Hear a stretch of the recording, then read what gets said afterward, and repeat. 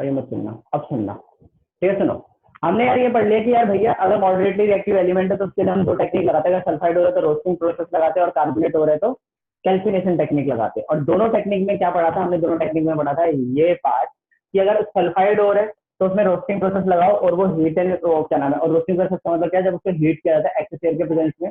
और अगर कार्बोनेट हो रहा है, ठीक है, तो उसको क्या नाम है, कैल्सिनेशन प्रोसेस लगाया जाता है। उसमें क्या किया जाता है? हीट किया जाता है लिमिटेड एयर के प्रेजेंस में। दोनों प्रोसेस में क्या होता है? वो ऑक्साइड ओर में कन्वर्ट हो जाती है। ऑक्साइड ओर में कन्वर्ट होने का सिंपल टेक्निक अप्लाई कर दो आगे, दोनों में सेम होगी वो, है ना, क्योंकि दोनों ऑक्साइड ओर बन तो गए। ठीक है, अब इस चीज को समझते हैं एग्जाम्पल के थ्रू, तुम्हें ज्यादा डिटेल्ड समझ में आएगा। तुमने जरा ध्यान, मान लो मैंने एग्जांपल के तौर पे ले लिया जिंक ऑक्साइड, तो जिंक जिंक ओर, ठीक है। एक तरफ ले ली जिंक सल्फाइड ओर और एक ले ली मैंने जिंक कार्बोनेट ओर। दिखाई दे रहा है? ये सल्फाइड ओर है और ये कार्बोनेट ओर है। सल्फाइड ओर को पहले किस में कन्वर्ट करूंगा मैं? ऑब्वियसली ऑक्साइड ओर में कन्वर्ट करूंगा। और कार्बोनेट ओर को भी किस में कन्वर्ट करूंगा? ऑक्साइड ओर में कन्वर्ट करूंगा। लेकिन सल्फाइड ओर के लिए कौन सी टेक्निक लगेगी? टेक्निक का नाम है रोस्टिंग। और इधर कौन सी टेक्निक लगेगी? इधर टेक्निक लगेगी कैल्सिनेशन। ठीक है, याद करने का तरीका क्या है? याद करने का तरीका ये है कि रोस्टिंग और कैल्सिनेशन दो वर्ड याद रख लो। फिर कार्बोनेट को C for carbonate, C for calcination, और दूसरा बचा वर्ड रोस्टिंग, याद कर लो। मैंने क्या बोला? ये सुनना, रोस्टिंग में क्या किया जाता है? हीट किया जाता है in presence of excess air. इसमें हीट किया जाता है इन प्रेजेंस ऑफ, ठीक है ठीक है ठीक है, लिमिटेड एयर। ठीक है, तो कैल्सिनेशन में क्या करते हैं? एक्सेस एयर, लिमिटेड एयर की प्रेजेंस में हीट करते हैं, और रोस्टिंग में एक्सेस एयर की प्रेजेंस में हीट करते हैं। कोई सी भी टेक्निक लगाओ, लेकिन दोनों की दोनों किस में कन्वर्ट हो जाते हैं? ऑक्साइड ओर में। तो देखो कन्वर्ट हो गए। बताओ, अभी भी समझ में नहीं आया तो मैं कैल्सिनेशन को हिंदी में क्या बोलते हैं? कैल्सिनेशन को हिंदी में बोलते हैं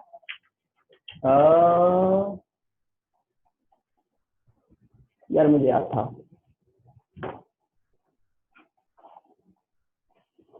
पता नहीं, भूल गया। मतलब मस्त सा वर्ड है, ठीक है। अभी देखूंगा, याद आ जाएगा मुझे। यार मैं भूल क्या यार, हिंदी पढ़ाए हुए 2 साल हो गए यार। चेक करो मैं एक बार। अब कुछ ने यार एकदम ना वो कर दिया। यार वीडियो लैग, यार वीडियो लैग हो रही है ऐसा मत बोल यार। हो रही है क्या वीडियो लैग किसी और के लिए भी? नहीं भैया। यार ये झूठ बोल रहा है कार्तिक से।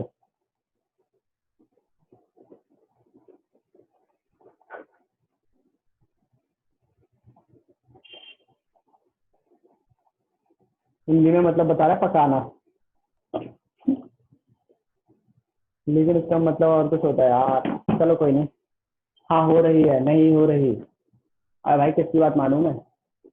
ऋषभ सिंह हो रही है, अभिषेक उपाध्याय नहीं हो रही। कुछ भी हो रहा है, समझो। ठीक है, सुनना। तो दोनों किस में कन्वर्ट हो गई? ऑक्साइड ओर में कन्वर्ट हो गई। भैया ये तो समझ में आ गया क्या ऑक्साइड ओर में कन्वर्ट होने का मतलब क्या है? कि अब इन दोनों में टेक्निक जो लगेगी वो सिंपल अप्लाई टेक्निक कर लेंगे, दोनों में सेम टेक्निक। अच्छा, इसका मतलब ये क्या इससे आगे का काम दोनों में सेम हो सकता है? मैंने क्या बोला? और इससे आगे का काम अब क्या किया जाता है वो समझना जरा ध्यान से। सुनो, ये दोनों अब किसमें कन्वर्ट हो चुके हैं? ऑक्साइड ओर में कन्वर्ट हो चुके हैं। मैं इसको नीचे दिखा देता हूँ, ठीक है। ऑक्साइड ओर में आ चुके हैं ये, ठीक है। अब इसको किससे रिएक्ट कराया जाता है? अब समझना जरा ध्यान से। अब तुम में से कोई बच्चा पता है क्या बोलेगा? अपना दिमाग ज्यादा लगाकर उस ये बोलेगा यार भैया भैया भैया भैया सुनो सुनो सुनो, इधर आओ। यार आप क्यों सोच रहे हो इतनी टेक्निक लगाने के लिए? अभी जब हमने लीस्ट रिएक्टिव पढ़ा था तो उसके अंदर हमारे उस टाइम भी तो बनी थी HgO, उस टाइम में तो ऑक्साइड ओर बनी थी। और आपने पता है क्या करा था? हीट कर दिया था फर्दर, तो अपने आप ही HgL निकल कर आ गया था। तो यहाँ पर भी तो ऑक्साइड ओर है, यहाँ पर भी हीट कर दो और जिंक अपने आप सेपरेट होकर आ जाएगा। लेकिन दिक्कत क्या? दिक्कत तो यही है ना मेरे भाई, वहां पर Hg हल्की सी हीट करने से निकलकर आ जाता था। क्यों? क्योंकि वो लीस्ट रिएक्टिव था। यहाँ पर जिंक हल्के से हीट करने पर नहीं निकल जा सकता। क्यों? क्योंकि ये मॉडरेटली रिएक्टिव है। ये ऑक्सीजन से पहले Hg था, मतलब जो मरकरी था वो ऑक्सीजन से ज्यादा टाइट बॉन्ड नहीं बनाता था, वो उससे सेपरेट हो जाता था। लेकिन जिंक उसका टाइट बॉन्ड बनाता है, सेपरेट करना मुश्किल हो जाता है। समझना है मैंने कहा? इसलिए इसके लिए यहाँ पर भी एक अच्छी टेक्निक लगानी पड़ेगी। ऑक्साइड ओर से निकालना है, लेकिन यहाँ पर भी एक अच्छी टेक्निक लगानी पड़ेगी। और यहाँ पे कौन सी टेक्निक लगाते हैं हम? Displacement reaction. अब जिस चीज को पता है डिस्प्लेसमेंट रिएक्शन, तो ये अच्छी तरह पता होगा कि डिस्प्लेसमेंट रिएक्शन का मतलब होता है कि जिस भी एलिमेंट को हटाना है आपको, उससे ज्यादा रिएक्टिव एलिमेंट लाना पड़ेगा आपको, है कि नहीं? मतलब ये कुर्सी पर कोई ताकतवर बंदा बैठा हुआ और मैं गया, मैंने बोला हट बे, तो बोलेगा अबे निकलने यहाँ से। आया समझ मैंने क्या बोला। और अगर मेरे से भी कमजोर बंदा बैठा हुआ है तो ठीक है, तो मैं क्या बोलूंगा, निकल बे, बोलेगा जी साहब। आया, अब तुम बोलोगे कि आपसे कमजोर कौन होगा है, इतना मारूंगा ना। ठीक है, सुनना जरा ध्यान से, क्या कह रहे हो आप, अपने आप ही बेइज्जती कर ले तो अपने आप ही बताइए, अपने आप ही सब कुछ है यार, आई एम ऑलराउंडर यार। यहाँ पे समझ में आया मैंने क्या बोला। ठीक है, तो सुनना, यहाँ पर हम एक ऐसा एलिमेंट ढूंढेंगे जो इससे ज्यादा रिएक्टिव हो। ठीक है, तुम्हारी एनसीईआरटी में कौन सा एलिमेंट दिया हुआ है, तुम्हारी एनसीईआरटी में लिखा हुआ है कार्बन, लेकिन उसका नाम पता है क्या दिया, कोक। क्यों दिया हुआ है, क्योंकि कार्बन को कोक बोलते हैं। चलो छोड़ो वो सब, फिर यहाँ पे कार्बन लिख दिया। कार्बन क्या होता है, जिंक से ज्यादा रिएक्टिव होता है। कार्बन क्या, जिंक के पास उठ गए, जिंक बोला अरे भाई भाई भाई भाई भाई, ठीक है, तो वो कहता है हट जाता है। समझा मैंने क्या बोला। होता क्या है फिर, होता ही है कि कार्बन क्या करता है, जिंक को हटा देता है और खुद ऑक्सीजन के साथ बॉन्ड बना लेता है और जिंक को अलग हटा के बिठा देता है। हमारा तो फायदा हो गया। हाँ दिख रहा है ना यहाँ पर, हाँ ठीक है, हमें तो जिंक अकेला चाहिए था और जिंक अकेला हो भी गया। ठीक है, चाहे कार्बन ने बेवकूफी दिखाई हो, लेकिन हमें जिंक अकेला चाहिए था और जिंक अकेला हो गया। जिंक जैसे अकेला हो गया मतलब सेपरेट हो गया, और जिंक सेपरेट हुआ तो भैया हमारे को मिल गया। आया समझ में मैंने क्या बोला। देखा कितनी बढ़िया टेक्निक लगाई हमने, पहले उसको अलग करा, पहले उसको ऑक्साइड में बदला और फिर कार्बन को पागल बना के उसको भेज दिया, लड़ाई करके आ गया और अपना फ्री हो गया। मतलब मेरी लड़ाई हुई थी किसी से, ठीक है, मैंने अपने दोस्त की लड़ाई करा दी, भाई ये तेरे बारे में बोल रहा था, मैं पीछे हट गया, लड़ो मरो कूटो। आया समझ में मैंने क्या बोला, समझ में आ रहा है क्या कर, ऐसे करना मजा, बड़ा मजा आता है। ठीक है, यहाँ तो समझ में आ गया मैंने क्या बोला। तो चलो, हाँ भैया ये तो समझ में आ गया। तो इसका मतलब सुनना जरा ध्यान से, अगर कोई एलिमेंट मॉडरेटली रिएक्टिव है तो उसके साथ क्या किया जाएगा, अगर कोई एलिमेंट मॉडरेटली रिएक्टिव है तो उसके साथ एक सिंपल से टेक्निक अप्लाई कर दो। उसमें क्या करो आप, उसमें एक काम करो कि अगर कोई मॉडरेटली रिएक्टिव एलिमेंट है तो उसके अंदर डाल दो क्या नाम है, उसमें देखो पहले वो ऑक्साइड हो रहा है कार्बोनेट हो रहा है। अगर वो है ऑक्साइड हो तो भैया जी उसके अंदर लगा दो कौन सी टेक्निक, रोस्टिंग टेक्निक। सॉरी, अगर है वो सल्फाइड हो तो उसके लिए लगा दो रोस्टिंग टेक्निक। लेकिन अगर वो है सल्फाइड हो कार्बोनेट हो तो उसके लिए लगा दो कैल्सिनेशन टेक्निक। इन दोनों में अंतर क्या है, इन दोनों में एक बहुत ही प्यारा सा और छोटा सा अंतर है, और वो अंतर क्या क्या है, वो अंतर ये है कि अगर सल्फाइड और है तो उसमें रोस्टिंग प्रोसेस ऑक्साइड और बन जाएगी। रोस्टिंग प्रोसेस में क्या होता है, हीट और एक्सेस एयर होती है। कैल्सिनेशन में क्या होता है, हीट और लिमिटेड एयर होती है। ठीक है, मतलब दोनों में हीट क्या है, लेकिन लिमिटेड और एक्सेस एयर का अंतर है बस। समझा है मैंने क्या बोला।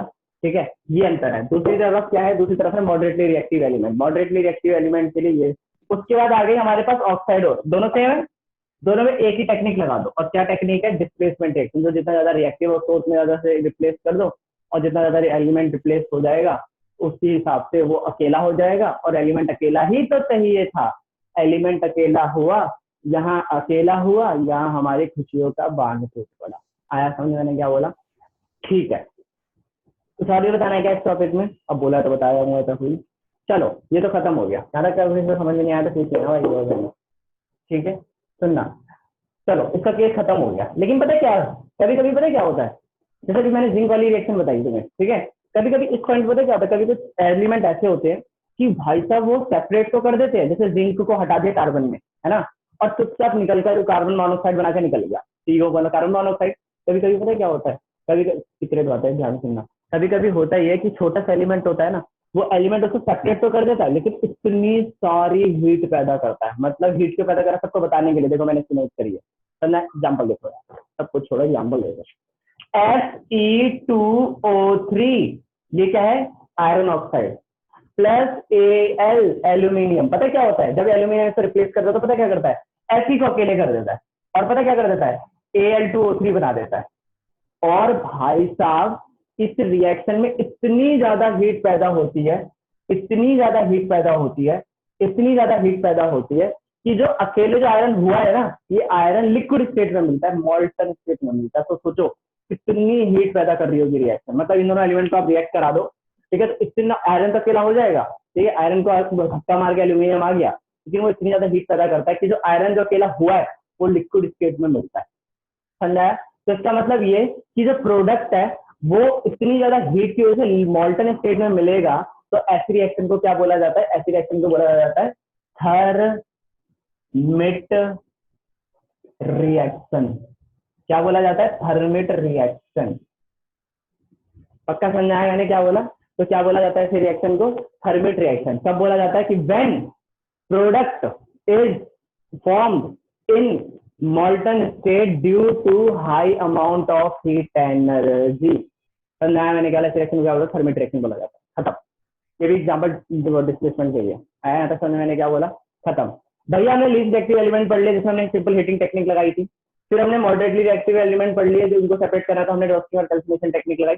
अब बात आती है सबसे बड़े एलिमेंट की जो कि क्या है, हाईली रिएक्टिव एलिमेंट। ठीक है, मतलब मैं कुछ ज्यादा चीजें नहीं बोल रहा हूँ तेज की, ये बहुत ज्यादा बढ़िया टॉपिक है ना, होता हुआ लल्लो सा टॉपिक है, एकदम खत्म था, है कि नहीं।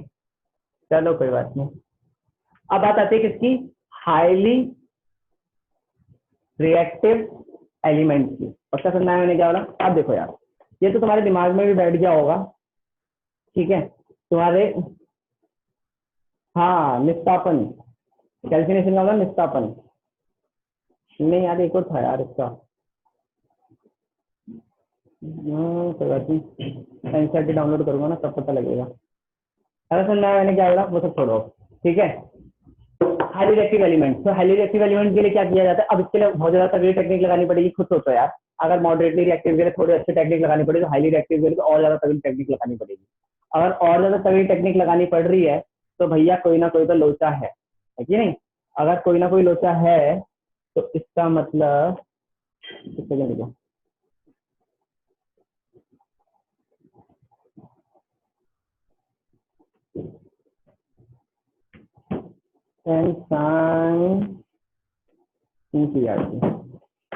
क्या बोला। सुनना, हाईली रिएक्टिव एलिमेंट के लिए क्या किया जाएगा, हाईली रिएक्टिव एलिमेंट का मतलब फॉर एग्जांपल सोडियम कॉपर वगैरह, ठीक है। इनको सेपरेट करना है तो कैसे किया जाएगा वो समझना, ठीक है। अब बात आती है कि भैया सबसे पहले तो बता दो टेक्निक का नाम, जैसे वहां पे था रोस्टिंग और कैल्सिनेशन, सबसे पहले वाले में हीटिंग। यहाँ पर टेक्निक का नाम बता दो, बस बता दो चुपचाप, नहीं नहीं नहीं नहीं, जल्दी जल्दी से जल्दी से जल्दी से टेक्निक का नाम बता दो। तो यहाँ पे बहुत सारी टेक्निक होती है। सुना भैया, थर्मल रिएक्शन बता दो। थर्मल रिएक्शन नहीं था वो, थर्मिट रिएक्शन था। थर्मिट अलग है भाई, थर्मिट रिएक्शन ऐसी रिएक्शन इसमें जो प्रोडक्ट बनता है वो बहुत ज्यादा हीट प्रोड्यूस करता है, ठीक है। सुनना जरा ध्यान से, ठीक है, आगे सुनो और समझो मैं क्या बोल रहा हूँ, ठीक है। बात आई कि यार भैया एक चीज बताओ कि हाई रिएक्टिव एलिमेंट के लिए कौन कौन सी टेक्निक है, तो बहुत सारी टेक्निक लगती है लेकिन हमें कौन सी पढ़नी है वो एक ही पढ़नी है, ठीक है। जैसे कि जोन जोन रिफाइनिंग एक टेक्निक है, प्रोस्ट फ्लोटेशन एक टेक्निक है। हमें जो पढ़नी है उस टेक्निक का नाम क्या है, उस टेक्निक का नाम है इलेक्ट्रोलाइटिक रिफाइनिंग। तो मैं नाम से समझ में आ गया होगा, इलेक्ट्रो का मतलब इलेक्ट्रिसिटी, लाइटिक का मतलब तुम्हें जिसको पता है उसको पता होगा ब्रेकिंग, लाइटिक का मतलब क्या होता है ब्रेकिंग, ब्रेक करना, ठीक है। तो इलेक्ट्रोलाइटिक रिफाइनिंग मतलब इलेक्ट्रिसिटी की मदद से ब्रेक करके एलिमेंट को बाहर निकालना और सेपरेट आउट कर देना। अगर समझ में नहीं आया तो पूछ लेना। आगे चलो भैया, ये तो समझ में आ गया इलेक्ट्रोलाइटिक रिफाइनिंग क्या होता है। अब आगे थोड़ा सा और एक्सप्लेन करते हैं इस चीज को, चलो देखना। पहले तो एलिमेंट, ये रिएक्शन किसके लिए यूज की जाती है, रिएक्शन यूज की जाती है हाईली रिएक्टिव एलिमेंट्स के लिए। तो हम किसके लिए यूज करें, हाईली रिएक्टिव एलिमेंट। मान लो फॉर एग्जाम्पल मैंने कॉपर ले लिया, ठीक है। अब मैं रिएक्शन यूज कर रहा हूँ कॉपर के साथ, अगर रिएक्शन कराई जा रही है तो वो कैसे काम करेगी और वो किस तरीके से टेक्निक अप्लाई की जा सकती है, समझा मैंने क्या बोला। तो सुनना, ये बहुत अच्छा एक सेटअप है, पहले सेटअप समझोगे तभी तुम्हें रिएक्शन समझ में आएगी, ठीक है। पहले सेटअप समझो, ठीक है। सुनना एक सेकंड, ठीक है। सुनना, टेक्निक समझना, एक सेकंड रुको फिर बताऊँ क्या नाम है उसका हिंदी में।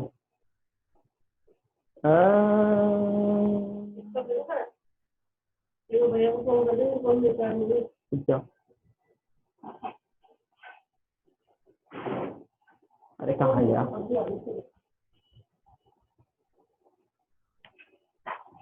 भर्जन और निस्तापन। हाँ भर्जन और निस्तापन, निस्तापन है कैल्सिनेशन का मतलब। चलो इलेक्ट्रोलाइटिक रिफाइनिंग, ठीक है। मैं एक पूरा टेबल बना देता हूँ, इसको मिटाइए। ये टेक्निक का नाम तो समझ में आ गया ना, मिटा रहा हूँ मैं इसको, ठीक है। सुनना, इसमें क्या किया जाता है, सबसे पहले लिया जाता है एक वेसल, एक टब। याद रखना मैं कौन सा एलिमेंट सेपरेट कर रहा हूँ, कॉपर, क्योंकि जो एलिमेंट आप सेपरेट करोगे ना उसके लिए बहुत ज्यादा इंपॉर्टेंट कॉन्सेप्ट बताऊंगा मैं यहाँ पर, ठीक है। सुनना, कौन सा एलिमेंट हम सेपरेट करें, कॉपर सेपरेट करें मान लो फॉर एग्जाम्पल। तो मैंने एक सेटअप किया और उसके अंदर क्या करा, कॉपर को सेट कर दिया, क्या बनता है, ठीक है। सुनना, हमने सबसे पहले ये लिया एक वेसल या फिर टब या फिर कुछ भी, तो मैंने क्या बोला, उसमें क्या करा, हमने ली एक इम्प्योर मेटल। मान लो फॉर एग्जांपल तो माइंस में गए, तुम्हें माइंस में जाकर कॉपर की ये इम्प्योर ओर मिली है, इसमें कॉपर भी है और गंदगी भी है, समझाया। तो ये क्या होगा, कॉपर की इम्प्योर प्लेट हो गई, समझाया मैंने क्या बोला, ये क्या हो गई, कॉपर की इम्प्योर प्लेट हो गई। एक सेकंड को समझाया मैंने क्या बोला। अगर एक कॉपर की इम्प्योर प्लेट है तो ये काम कैसे करेगी, अब इस चीज को समझना जरा ध्यान से, ठीक है। ये है कॉपर की इम्प्योर प्लेट, समझा मैंने क्या बोला। और इसी एलिमेंट की एक प्योर प्लेट लेनी पड़ेगी। मतलब क्या है, मतलब ये कि जिस एलिमेंट को आप सेपरेट कर रहे हो ना, आप उसकी इम्प्योर प्लेट लोगे कि इसमें से एलिमेंट निकालना है, लेकिन मजबूरी ये है कि उसी एलिमेंट की आपको प्योर प्लेट भी लेनी पड़ेगी। पक्का समझा है मैंने क्या बोला। तो अगर ये कॉपर की इम्प्योर प्लेट है तो ये क्या होगी, कॉपर की प्योर प्लेट होगी। समझा है मैंने क्या बोला। तुम बोलोगे कि भैया अभी तक तो कॉपर एक्सट्रैक्ट ही नहीं करा, इम्प्योर प्योर प्लेट कहाँ से आएगी। तो अलग अलग टेक्निक से पहले सेपरेट आउट किया जा सकता है। समझा है मैंने, हम सिंपल फिल्ट्रेशन टेक्निक पढ़ते हैं अभी। समझा है मैंने क्या बोला। सुनना, अगर तुम एक चीज और ध्यान दोगे वो ये है कि ये जो इम्प्योर प्लेट मैंने बताई है ना, मैं लिख देता हूँ, इम्प्योर प्लेट है, कॉपर की इम्प्योर प्लेट है, ठीक है। अगर तुम इसको ध्यान से देखोगे तो ये मोटी प्लेट है और जो प्योर प्लेट है वो बहुत पतली सी प्लेट है। आया समझ में मैंने क्या बोला, ये कॉपर की प्योर प्लेट है। आ रहा है अंतर समझ में मैंने क्या, क्यों हो रहा है ये बाद में पढ़ लेंगे। अब सुनो ध्यान से, इसमें एक बैटरी जोड़ दी जाती है। समझाया मैंने क्या बोला। जो इम्प्योर प्लेट है उसको पॉजिटिव एंड से मिलाया जाता है। समझाया मैंने क्या बोला, उसको किससे मिलाया जाता है, पॉजिटिव एंड से मिलाया जाता है। तो बैटरी का पॉजिटिव एंड क्या होता है, ये बड़ा वाला, ठीक है, और ये होता है। समझाया। और जो प्योर प्लेट है उसको किससे मिलाया जाता है, नेगेटिव एंड से। पक्का समझा गया। भाई साहब अभी इलेक्ट्रिसिटी पास हो सकती है क्या, बिल्कुल भी नहीं, क्योंकि यहाँ पे सर्किट ब्रेक्ड है कि नहीं। तो क्या करते हैं, कॉपर की इम्प्योर प्लेट में से कॉपर निकालना है, कॉपर की ही प्योर प्लेट ली और यहाँ पर सॉल्ट डाला जाता है कॉपर का ही। मतलब जो एलिमेंट आप एक्सट्रैक्ट कर रहे हो ना, उसी की आपको प्योर प्लेट लेनी पड़ेगी और उसी का सॉल्ट देना पड़ेगा, ये मजबूरी है। मान लो मैं सोडियम निकाल रहा होता यहाँ से, तो मैं सोडियम की प्योर प्लेट लेता और सोडियम का ही सॉल्ट लेता।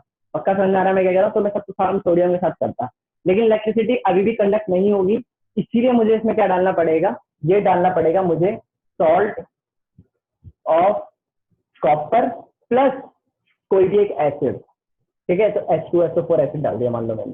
क्यों डाल दिया एसिड, ताकि एसिड क्या करता है, इलेक्ट्रिसिटी कंडक्ट करता है, सबको पता है। समझाया मैंने क्या बोला। ये हो गया हमारा सेटअप। अगर तुम एक चीज ध्यान से देखोगे ना, तो यहाँ पे मैंने पॉजिटिव एंड को इम्प्योर प्लेट से जोड़ा है, ये बात याद रखना, ठीक है। पॉजिटिव एंड को इम्प्योर प्लेट से जोड़ा है। एक बात और याद रखो, एनायन का मतलब होता है नेगेटिव, एंड और कैटायन का मतलब होता है पॉजिटिव। लेकिन लेकिन एनोड का मतलब होता है पॉजिटिव और कैथोड का मतलब होता है नेगेटिव। ये बात याद रखना, उल्टा हो जाता है। एनायन का मतलब नेगेटिव लेकिन एनोड का मतलब पॉजिटिव, कैटायन का मतलब पॉजिटिव लेकिन कैथोड का मतलब नेगेटिव। ये बात याद रखना, क्योंकि बैटरी के लिए बोले जाते हैं वर्ड, तो उल्टा हो जाता है बैटरी के केस में वर्ड। तो मैंने क्या बोला, आगे सुनना।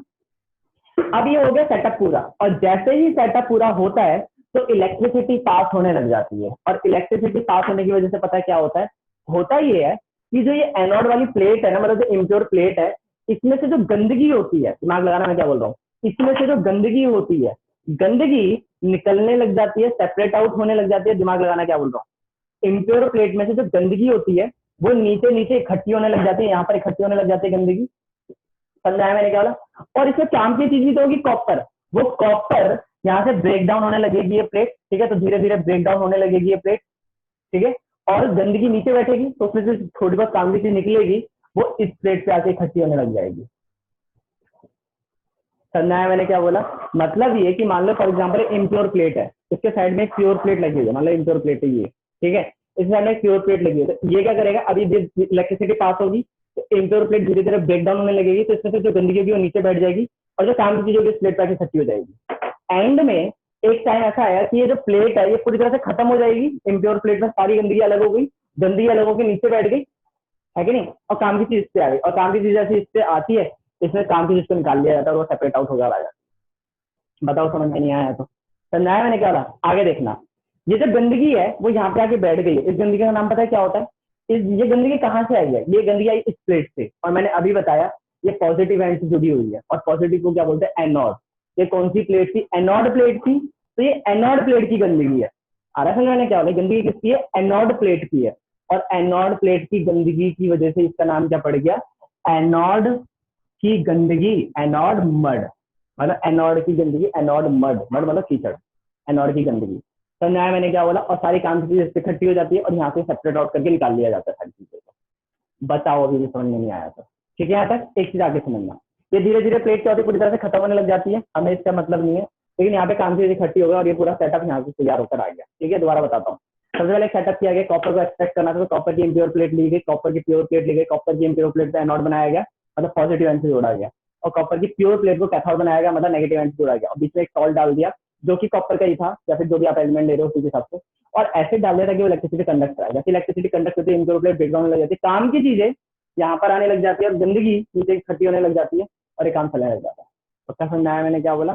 सुनना जरा ध्यान से आगे, ठीक है? सुनो, अब बात किस में आई कि नीचे तो गंदगी इकट्ठी हुई हो, एनोड मर्डर से काम कीजिए, दूसरी प्योर प्लेट पे चले गए, प्योर प्लेट में उसको एक्सपेक्ट करके डाल लेगा, सारी सब्सटेशन टेक्निक खत्म।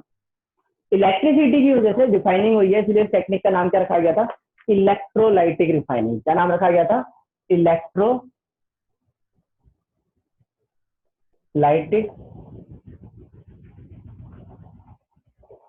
रिफाइनिंग। बताओ अगर समझ में नहीं आया तो। भैया इसमें कॉपर को एक्सट्रैक्ट करने के लिए एक प्योर कॉपर की सिर्फ जरूरत होती है। और भैया is it somewhat similar like electrolysis? Electrolysis के अंदर क्या होता है? किसी भी एलिमेंट, जैसे इलेक्ट्रोलाइसिस के अंदर हम क्या कर रहे थे? इलेक्ट्रिसिटी की मदद से तोड़ रहे थे। ये वही है, ठीक है, लेकिन इसमें थोड़ा सा अंतर है। इलेक्ट्रोलाइसिस में हम क्या करते हैं? किसी एलिमेंट कंपाउंड करते हैं उसको ब्रेक डाउन करते हुए। इसमें क्या है? इलेक्ट्रोलाइसिस की मदद से हम किसी चीज को रिफाइन कर रहे हैं और सेपरेट आउट कर रहे हैं। और बेस्ट मतलब मैंने बेसिक अंदर बताया, और भी अंतर है लेकिन ऑलमोस्ट सिमिलर। तुम्हारे लेवल पे अगर बात करें ना हम, पहले लेवल पे, तो सिमिलर ही है, कोई दिक्कत नहीं है, हम बोल सकते हैं इसको। ठीक है, पूछो।